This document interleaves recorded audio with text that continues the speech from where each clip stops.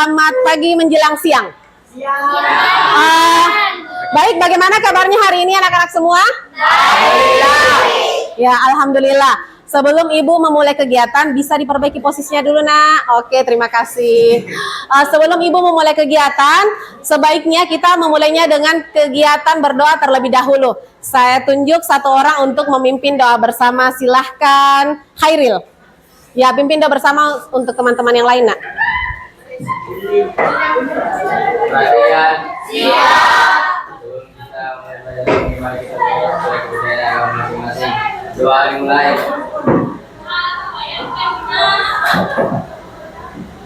Doa selesai. Beri salam. Assalamualaikum warahmatullahi wabarakatuh. Waalaikumsalam warahmatullahi wabarakatuh. Nah, pada kesempatan kali ini, Ibu akan membawakan salah satu materi dari bimbingan konseling, yakni kelola emosi. Pasti anak-anakku sekalian, bukan hal baru lagi ya mendengar kata-kata emosi, dan pasti mungkin hampir setiap hari merasakan yang namanya emosi. Kemudian, sebelum Ibu masuk ke kegiatan inti, kita ice breaking dulu tentang ekspresi emosiku. Nah, masing-masing siswa mencari pasangannya terlebih dahulu. Sudah ada pasangannya? Ya, silakan berdiri menghadap pasangannya masing-masing. Berdiri menghadap pasangan masing-masing. Tidak apa-apa karena tidak bersentuhan. Tidak apa-apa. Silakan berdiri cari pasangannya masing-masing. Terserah bagaimana posisinya, senyamannya kalian. Ayo, Nak.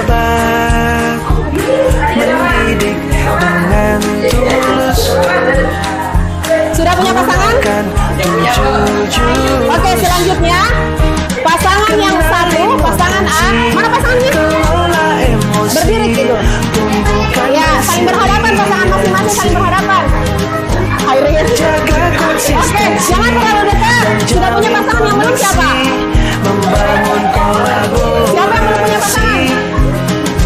Ya, sekarang kalian pasangan yang A, yang sebelah kanan yang mana tangan? Sebelah kanan tugasnya membuat ekspresi wajah disertai gerakan tubuh, terserah emosinya seperti apa, membuat 3 atau ekspresi wajah emosi, dan pasangannya menebak dengan benar ekspresinya. Jadi kalau salah nanti kita kasih sanksi ya.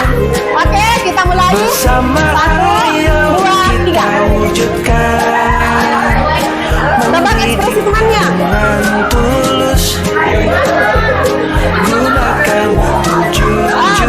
Yang sebelah kanan yang menirukan ekspresi dan gerakan tubuh, yang sebelah kiri menebak ekspresi pasangannya.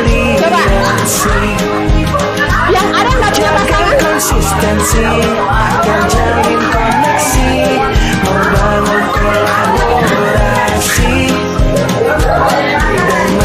Yang sudah selesai 3 tangan, yang sudah selesai 3 ekspresi.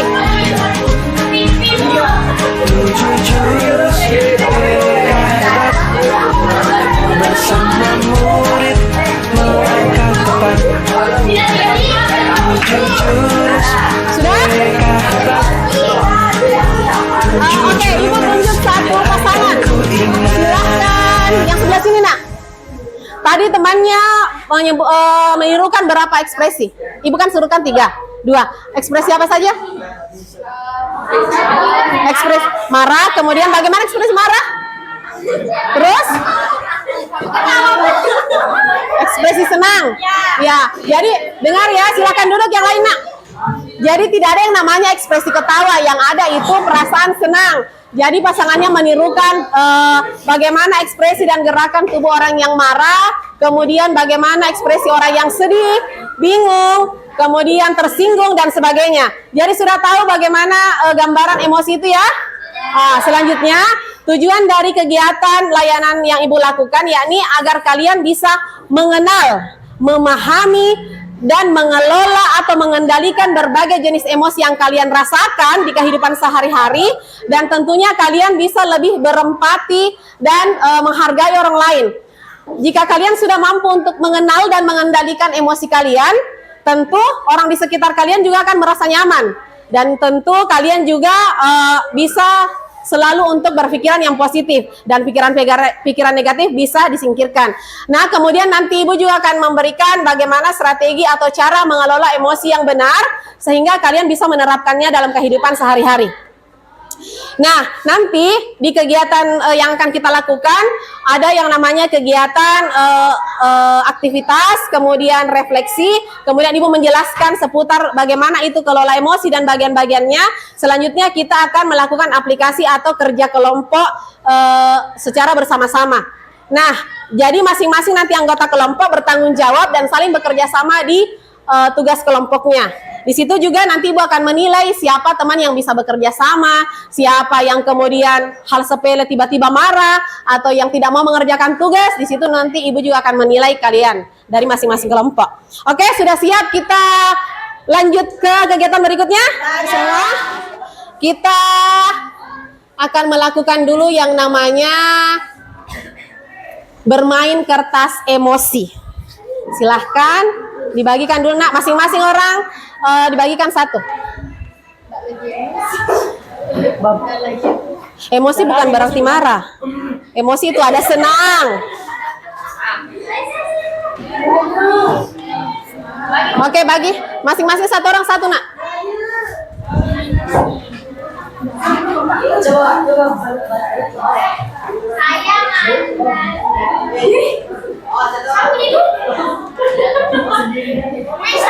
Sebar ke sebelah sana yang belum dapat. Sudah semua?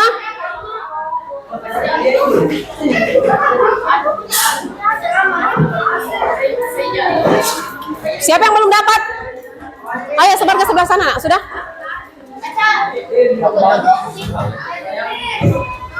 Ya, masing-masing satu orang satu. Silahkan konsentrasi dan mendengarkan cerita Ibu. Pagi itu aku berangkat ke sekolah dengan tergesa-gesa karena telah membuat janji untuk berangkat bersama dengan Budi. Jadi aku bersiap-siap lebih awal. Namun karena terlalu lama menunggu Budi yang tak kunjung datang, akhirnya aku berangkat ke sekolah dengan menggunakan Gojek. Beberapa meter sebelum tiba ke sekolah, motor mendadak mogok karena kehabisan bensin. Akhirnya aku memutuskan untuk berjalan kaki agar segera tiba ke sekolah. Bagaimana perasaanmu menghadapi situasi itu? Silahkan lampiaskan pada kertas, tunggu. Jika kalian merasa senang, bisa diusap. Jika merasakan rasa jengkel, bisa kalian remuk sedikit atau kalian kucek sedikit. Tapi kalau betul-betul sangat marah, bisa kalian sobek. Silahkan ekspresikan perasaan kalian. Pelan-pelan ya, ceritanya masih panjang. Oke. Selanjutnya, sampai di kelas, tolong perhatikan nak. Sampai di kelas, ternyata Budi belum datang. Dan aku masuk ke kelas pada saat bel berbunyi. Dan sudah ada Bu Susi di dalam kelas. Sesuai kesepakatan kelas yang berlaku, siswa harus masuk kelas sebelum bel berbunyi. Dengan menunduk dan takut, aku meminta izin pada Bu Susi agar diperbolehkan masuk kelas. Bagaimana ekspresi perasaan kalian pada saat itu? Ingat tadi ya, ketika kalian merasa senang bisa diusap, ketika merasa jengkel bisa kucek-kucek sedikit atau banyak mungkin, dan ketika kalian marah, kalian bisa menyobeknya. Lanjut, pelajaran pun bisa dilanjutkan. Pelajaran pun dimulai. Namun ketika semua siswa diminta untuk mengumpulkan tugas, namun saat mencari buku tugas matematika dan aku tidak menemukannya di dalam tas. Dan ketika sadar, ternyata resleting tasku terbuka dan tidak tertutup sempurna. Dalam hatiku, pasti buku itu jatuh di jalan. Bagaimana perasaan kalian?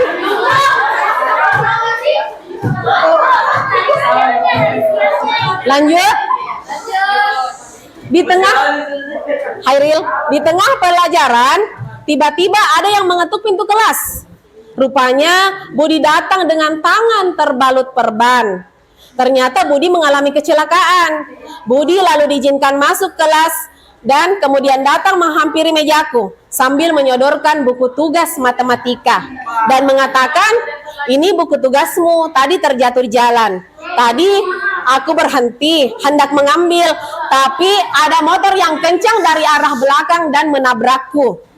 Maaf ya, aku terlambat menjemputmu, ucap Budi sambil mengulurkan buku tugas matematika. Silahkan ekspresikan setelah mendengar cerita itu. Bagian terakhir dari kegiatan ini, aku merasa tidak enak, sudah berpikir buruk kepada Budi. Aku akan meminta maaf nanti pada saat jam istirahat. Dan aku pun melanjutkan pelajaran dengan penuh semangat. Karena buku tugasku sudah kembali dan Budi telah baik kepadaku. Ekspresikan dengan rasa marah yang betul-betul luar biasa ya. Oke, yang paling hancur kertasnya yang mana ya?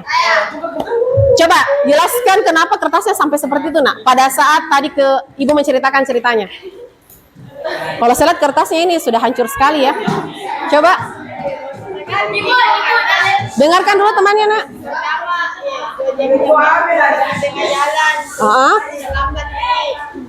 Masuk jam terus punya jatuh juga, tapi di sisi lain sedihnya karena Budi kecelakaan gara-gara saya.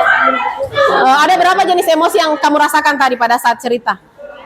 Ada banyak emosi, marah, kasihan, sedih. Kemudian ada yang lain yang mau menceritakan tadi? Bagaimana gambaran gambaran emosi yang kalian rasakan? Siapa yang? Oh ya, boleh cerita sedikit, Nak? Ini saya lihat ada yang dikucek sedikit, ada yang disobek, dan bahkan ada yang masih utuh. Bisa diceritakan kenapa gambaran kertasnya seperti itu? Berkaitan tadi dengan kegiatan yang tadi ya? Ya?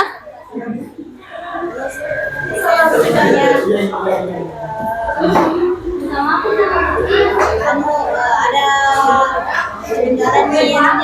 jari jalan terus tadi di kesian juga karena ada kembali. Oh iya, jadi perasaan tadi yang terjadi ada senang, marah, sedih, dan sebagainya. Nah, oke, sekarang lihat masing-masing kertas kalian. Apakah kertas itu bisa kembali semula atau tidak? Tidak. Tadi Ibu mengibaratkan itu adalah perasaan kalian. Nah, bayangkan kertas itu adalah teman baik kalian. Orang tua kalian kah, guru kalian, atau orang yang kalian sayangi. Dan kalian sudah terlanjur menyakiti perasaannya, apa bisa kembali seperti semula? Nah, jadi begitu pula dengan mengelola emosi. Kalian mungkin sudah melampiaskan atau mengekspresikan emosi itu terhadap orang lain dengan menunjukkan berbagai macam ekspresi, tetapi kalian tidak bisa. Ketika orang lain itu tersinggung, kalian tidak bisa kembali memperbaiki perasaannya. Tapi yang kalian bisa lakukan adalah bagaimana kalian bisa mengelola emosi itu sehingga tidak selalu terbentuk emosi negatif. Tetapi bisa kalian menanggapinya dengan yang positif seperti itu. Paham? Nah, coba perhatikan video yang Ibu putar. Kelola emosi dan bagaimana mengelolanya. Sumringah, tiba-tiba ada motor lewat genangan air dan mencium. Sebagai mahasiswa baru, Budi masih menikmati suasana baru. Di hari yang indah, pagi yang cerah, Budi jalan ke kampus dengan sumringah. Tiba-tiba ada motor lewat genangan air dan menciprat Budi. Pagi yang cerah jadi penuh amarah. Untung ada WA. Mama baru transfer uang bulanan. Biar basah, saldo bertambah. Budi buka sosmed sekalian. Baca postingan nyinyirin tim sepak bola Jayang Keong. Sebagai penggemar setia, ia wajib komen. Di kelas ada kabar, dosen berhalangan hadir. Budi pun melipir ke kantin Mang Ohir. Di kantin, Budi antri. Ternyata ada Susi, kecengan Budi. Dengan heroik, Budi mentraktir Susi. Tapi pas di kasir, Budi sadar dompetnya ketinggalan di kosan. Itulah cerita Budi hari ini. Peristiwa datang dan pergi, emosi silih berganti. Kalau kita tak bisa mengenali dan menjadi pilot diri, maka suasana dan lingkungan akan pegang kendali. Teknis marketing, propaganda hingga provokasi tahu persis bagaimana memanipulasi emosi. Banyak hoax yang menyentuh emosi, menggerakkan hati, dan akhirnya menggerakkan jempol untuk ikut menyebarkan. Konflik, perang saudara, dan aksi terorisme Kebanyakan berawal dari pemanfaatan ketakutan dan perasaan terancam. Emosi itu alarm jiwa yang memberi rasa pada dunia. Tanpa emosi, hidup ini tawar dan hambar. Tapi, jika emosi jadi raja, maka kita akan jadi budaknya.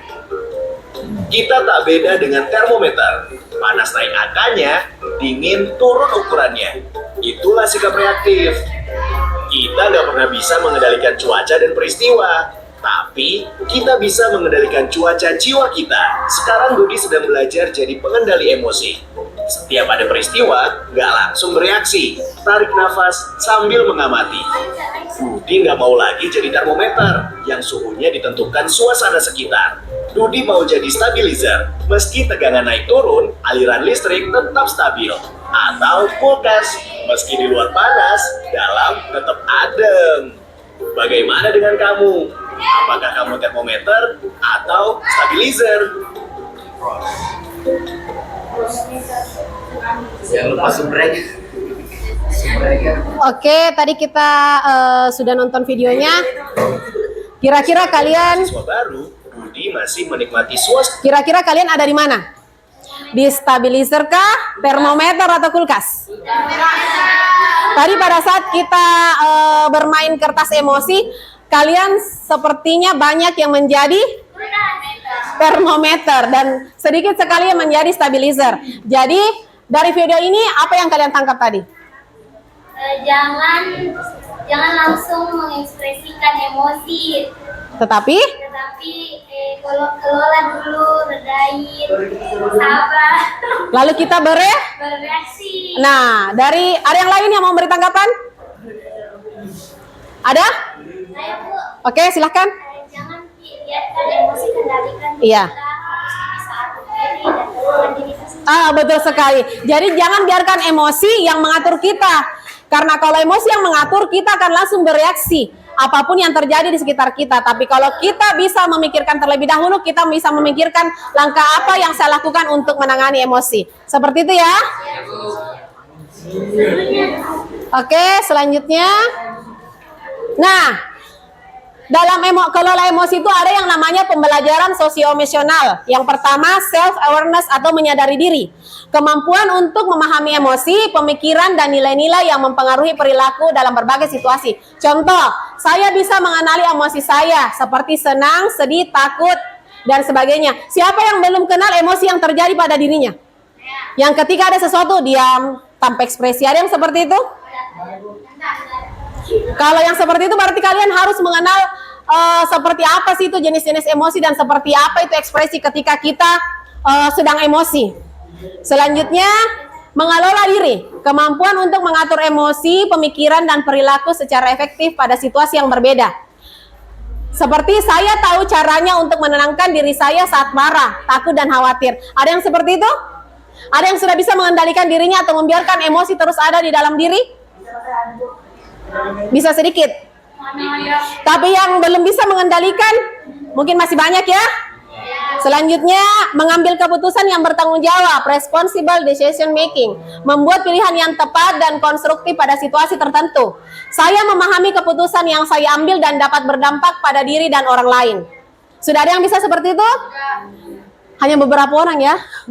Selanjutnya, terampil berelasi. Nah, kemampuan memahami perspektif yang berbeda, termasuk berempati terhadap kondisi individu dengan latar belakang yang berbeda.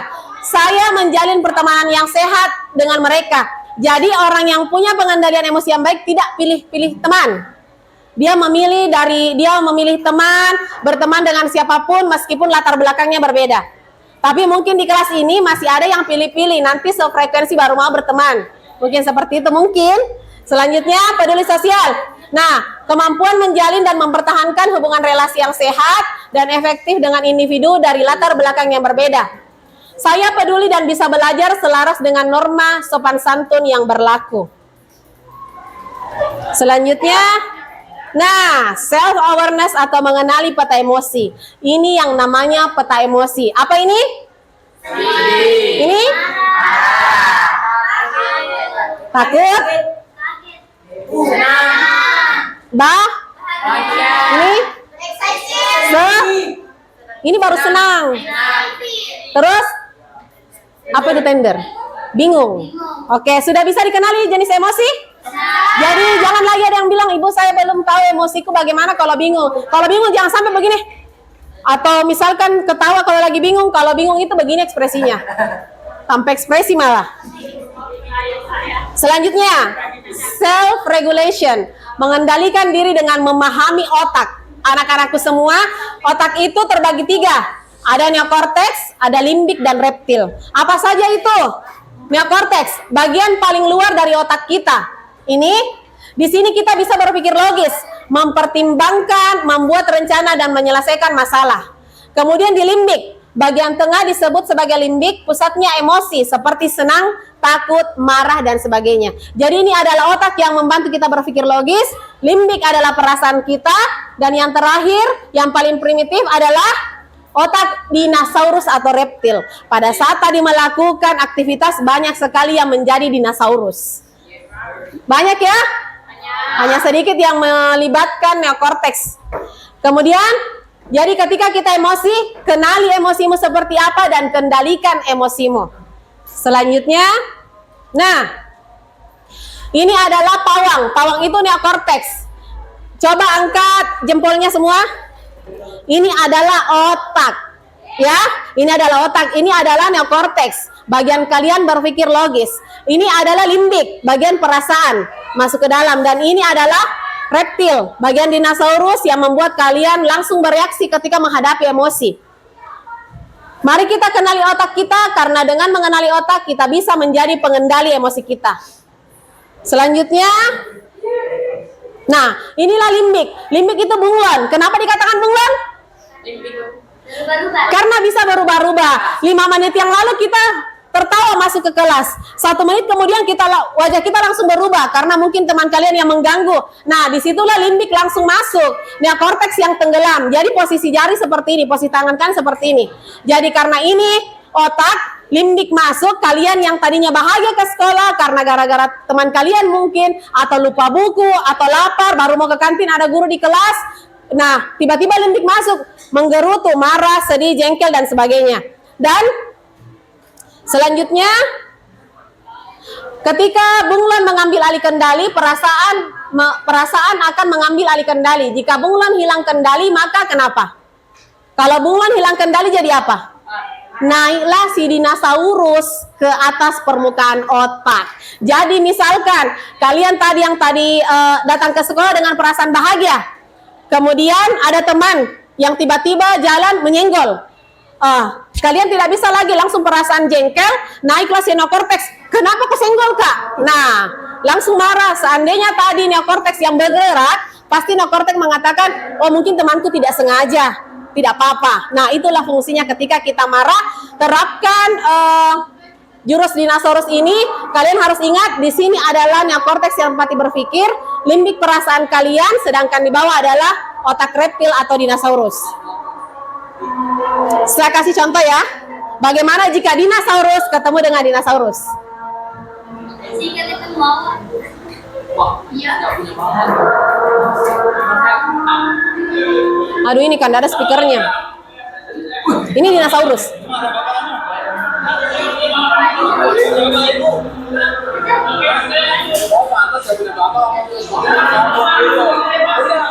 Ini ada speakernya enggak nyala.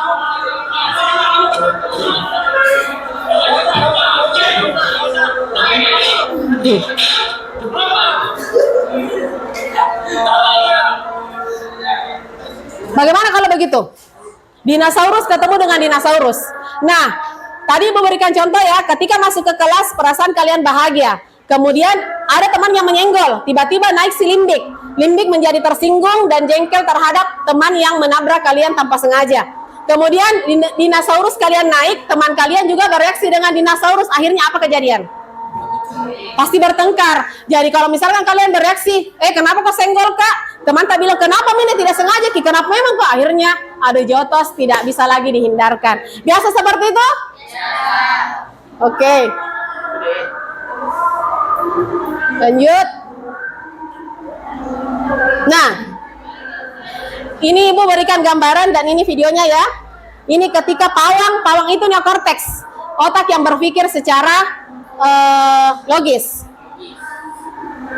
Si pawang bertemu dengan dinosaurus. Bagaimana si pawang? Menenangkan dinosaurus dulu ya.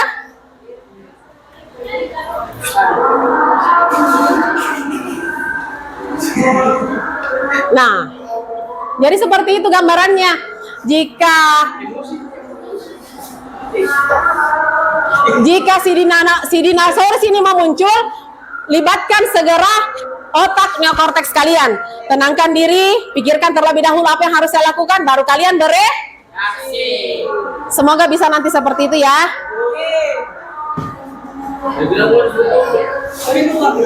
Oke. Responsible decision making, jeda dan memilih tindakan. Ketika kalian merasakan emosi, ini emosi, kemudian langsung merespon dengan tindakan, itulah biasa langsung marah, menangis, tersinggung, apalagi sedih dan sebagainya.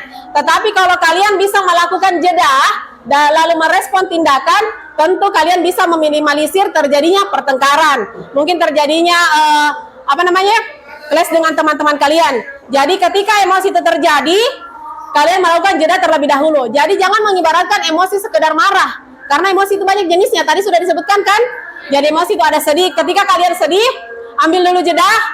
Kalian harus memilih apa yang harus saya lakukan, kemudian merespon dengan tindakan. Jadi orang di sekitar kalian juga tidak menganggap kenapa itu selalu sedikit-sedikit menangis, karena kalian bisa mengelola emosi yang ada pada diri kalian dengan benar. Nah, apa yang dilakukan dengan melakukan jeda untuk memilih tindakan? Jeda dalam melakukan tindakan, kalian bisa memilih roda pilihan, wheel of choice. Ketika emosi itu terjadi pada diri kalian, kalian bisa memilih bermain, apalagi menghitung angka 10 sampai 1. Kemudian tell them to stop, katakan pada yang lain bahwa tolong berhenti dulu. Kemudian use an iMessage. Ketika kalian marah sama teman, kalian bisa melakukan jeda terlebih dahulu, menyusun kalimat apa yang mau disampaikan sama teman supaya teman tidak tersinggung. Terus apa nih? Rekreasi. Ini walk away, meninggalkan masalah atau lari dari masalah. Apologize, saling memaafkan. Selanjutnya share and talk, apa ini? Meminta bantuan pada orang lain. Roda pilihan, apa lagi yang biasa kita lakukan ketika sedang merasa emosi? Bukan marah ya, sedih dan sebagainya. Selain yang ada di atas, ada yang lain? Apa? Tidur. Oke, tidur. Apa lagi? Makan. Apa lagi? Ya, minum. Ya, sholat. Oke, jadi ada berbagai macam untuk melakukan jeda dalam roda pilihan. Nah, ini yang tadi Bu sampaikan, relation skill, rumus iMessage. Ketika kalian merasakan emosi, kalian memilih untuk jeda, memikirkan terlebih dahulu tindakan apa yang harus saya lakukan, menenangkan diri dengan berbagai macam cara. Ada tadi yang makan, tidur, sholat dan sebagainya. Ketika kalian sudah tenang, lakukanlah rumus iMessage. Saya merasa, contoh, saya merasa kesal saat kamu menyerobot mainan saya. Saya berharap kamu bisa antri dengan tertib sesuai urutan gilirannya.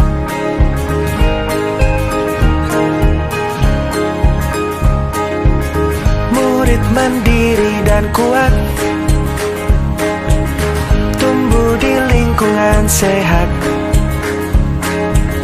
bersama guru yang hebat, penuh cinta dan bersahabat, mendidik dengan tulus, gunakan 7 jurus, kenali potensi, kelola emosi, tumbuhkan resiliensi, jaga konsistensi.